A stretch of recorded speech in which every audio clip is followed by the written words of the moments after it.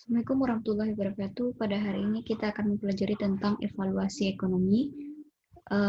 Pada hari ini kita akan mempelajari evaluasi ekonomi, dan PPT ini merupakan PPT dari PowerPoint dari Bapak Rimon Pradityo, dosen Fakultas Ekonomi dan Bisnis Universitas Gadjah Mada.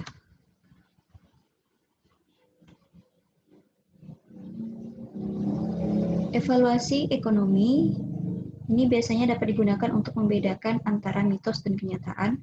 Alasannya adalah kebijakan publik itu harus dirumuskan berdasarkan fakta, sumber daya yang terbatas harus dialokasikan secara optimal, di mana di negara demokrasi, transparansi, dan akuntabilitas adalah hal yang terpenting. Evaluasi ekonomi ini tersebar luas di bidang ekonomi dan penilaian kesehatan. Di negara-negara yang kaya, evaluasi ekonomi ini telah digunakan secara luas untuk menentukan perawatan yang optimal bagi pasien.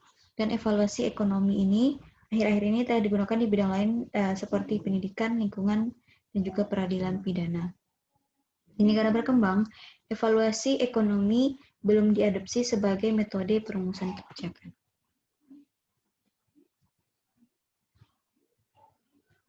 Selanjutnya, kebijakan berbasis bukti. Evaluasi ekonomi telah digunakan untuk merumuskan kebijakan secara sistematis. Inovasi dan penemuan kebijakan program baru pemerintah mungkin diperlukan karena kebijakan yang ada itu belum tentu sesuai dengan masyarakat. Kemudian adanya ketidakpastian terhadap keefektifan dan efisiensinya sebuah program baru.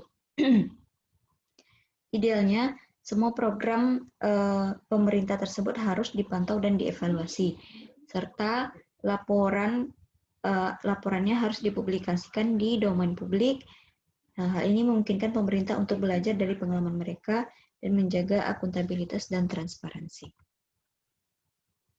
Selanjutnya, metode evaluasi ekonomi, yaitu analisis biaya dengan memperkirakan biaya ekonomi dari suatu program.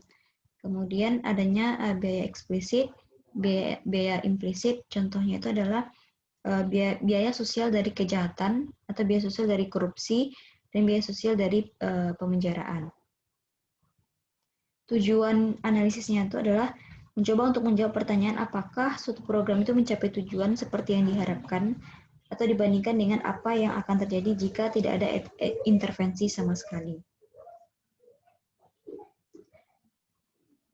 Selanjutnya,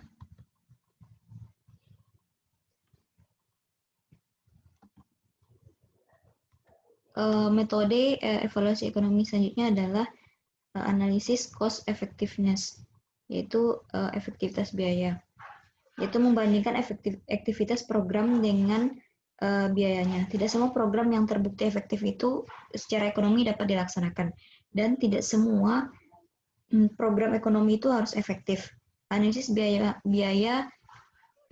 utilitas itu juga bentuknya hampir mirip dengan biaya efektif, cost effectiveness ini, tetapi efektivitas diukur dari segi utilitasnya.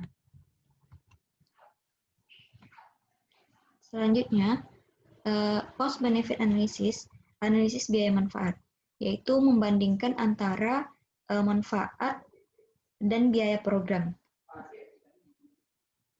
Manfaat program harus diperkirakan dari ukuran efektivitasnya, dan kompleksitas terletak pada bagaimana mengubah ukuran efektivitas menjadi sebuah manfaat.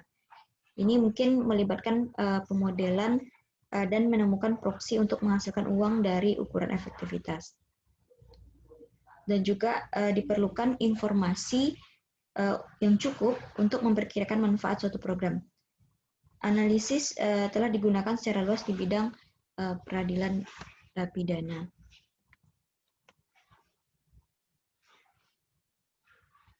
Selanjutnya, dorongan evaluasi ekonomi adalah untuk menemukan, yang pertama itu adalah informasi dasar, kemudian kinerja kelompok, kontrol atau pembanding.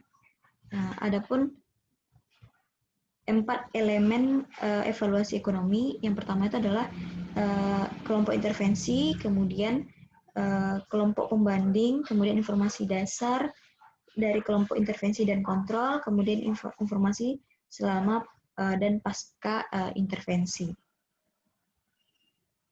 Kelompok pembanding adalah kelompok kontrol atau pembanding adalah kelompok atau kawasan yang tidak mendapatkan intervensi, tetapi memiliki sifat yang sama dengan kelompok atau kawasan intervensi dalam kurun waktu pengamatan. Selanjutnya, memperkirakan dampak suatu program. Metodenya adalah perbandingan before and after comparison. Perbandingan sebelum dan sesudah. Itu perbandingan antara sebelum dan sesudah intervensi. Ini peran informasi dasar itu adalah sangat penting di sini. Kemudian adanya with and without comparison. Ini perbandingan antara kelompok intervensi dan kelompok kontrol. Ini informasi tentang kelompok kontrol itu sangat penting. Selanjutnya, analisis efektivitas hanya dilakukan sebagai kombinasi antara before and after comparison dan with and without comparison.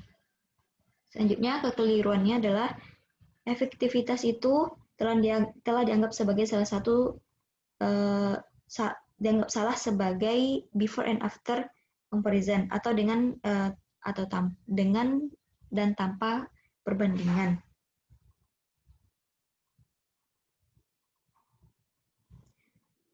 Dengan atau tanpa sebuah program. Salah satu dari mereka itu tidak cukup untuk melakukan analisis efektivitas.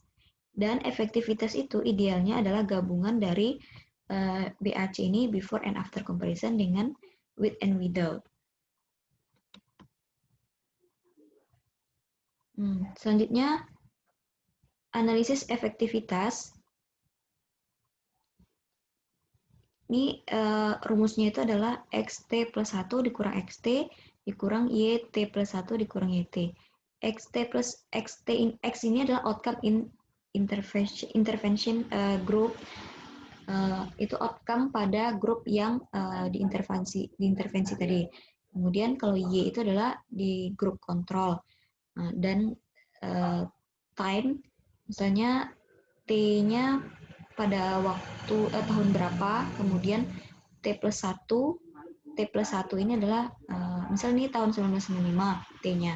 Berarti T plus 1 berarti tahun 1996 gitu. Selanjutnya untuk cost effective analisis, ini bedanya C dibagi dengan rumus dari effective analysis tadi. Sedangkan untuk cost benefit ratio, yaitu C dibagi monetary value function dari fungsi effective analysis. Selanjutnya, masukan, keluaran, dan hasil. Masukan itu terdiri dari semua masukan atau sumber daya yang diperlukan untuk memulai dan mempertahankan jalannya sebuah program. Misalnya itu biaya staf, sewa, dan lain-lainnya. Selanjutnya adalah output.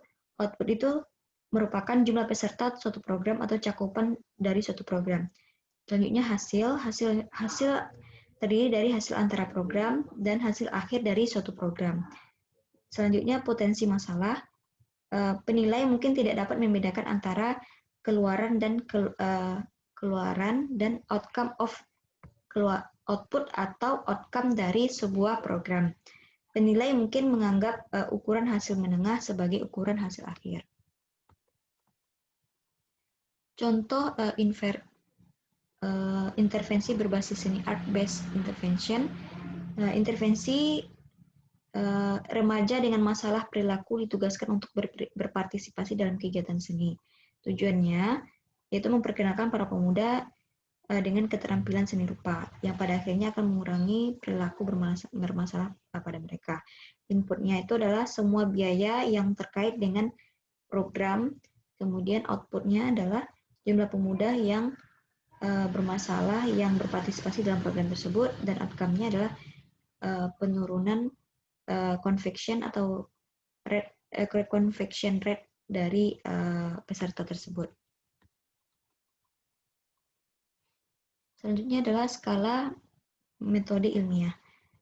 Pelaporan koefisien korelasi yang menunjukkan kekuatan hubungan antara intervensi dan hasilnya pada titik waktu tertentu.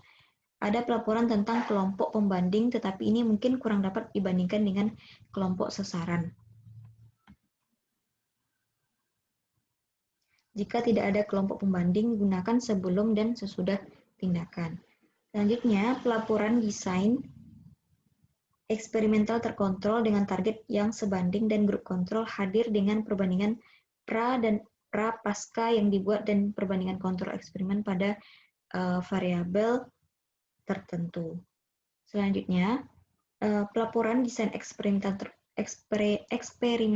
terkontrol seperti pada 3 di atas, tetapi dengan pengendalian tambahan untuk variabel lain yang mungkin menimbulkan ancaman bagi interpretasi hasil. Selanjutnya, pelaporan desain eksperimen itu eksperimen acak penuh, yaitu full randomized eksperimental. Ini di mana kelompok target dan kontrol itu terdiri dari individu-individu yang ditugaskan secara acak dan tindakan yang tepat diambil untuk menguji efek dari ukuran hasil. Selanjutnya, uji coba kontrol acak. Metode standar EMAS Golden Standard Method, yaitu metode standar EMAS dalam evaluasi ekonomi adalah uji coba terkontrol secara acak, yaitu RCT tadi. Ini telah digunakan sejak tahun 1944 di bidang kesehatan. Individu sampel secara acak dialokasikan menjadi 2 kelompok. Yang pertama kelompok intervensi, yaitu mereka yang menerima intervensi tertentu, kemudian kelompok kontrol, yaitu mereka yang menerima placebo. Idealnya percobaan dilakukan dengan menggunakan pengacakan tersamar ganda dan efektivitas program itu telah diperkirakan dengan membandingkan ukuran hasil dalam kelompok intervensi versus kelompok terkontrol, baik itu sebelum dan sesudah pengobatan. Selanjutnya adalah kompleksitas dari RCT. RCT, Randomized Control Trial, itu dikenal sebagai metode standar emas dalam evaluasi ekonomi, namun cukup mahal dan mungkin tidak praktis untuk dilakukan di setiap bidang. RCT ini banyak digunakan di bidang kesehatan, namun belum tentu praktis untuk diterapkan di bidang lain seperti kesehatan, pendidikan, dan juga lingkungan karena beberapa alasan. Yang pertama itu adalah kompleksitas dalam menemukan kelompok kontrol, misalnya lingkungan. Kemudian ini mungkin memiliki masalah sehubungan dengan masalah HAM, misalnya opsi hukuman, program peradilan pidana, dan lain-lainnya. Dan ini juga mungkin memiliki masalah sehubungan dengan tidak sesuai dengan siklus bisnis politik pemerintah. Dan juga ada kasus yang tidak dapat dianalisis dengan menggunakan RCT, contohnya itu bencana alam dan lain-lainnya.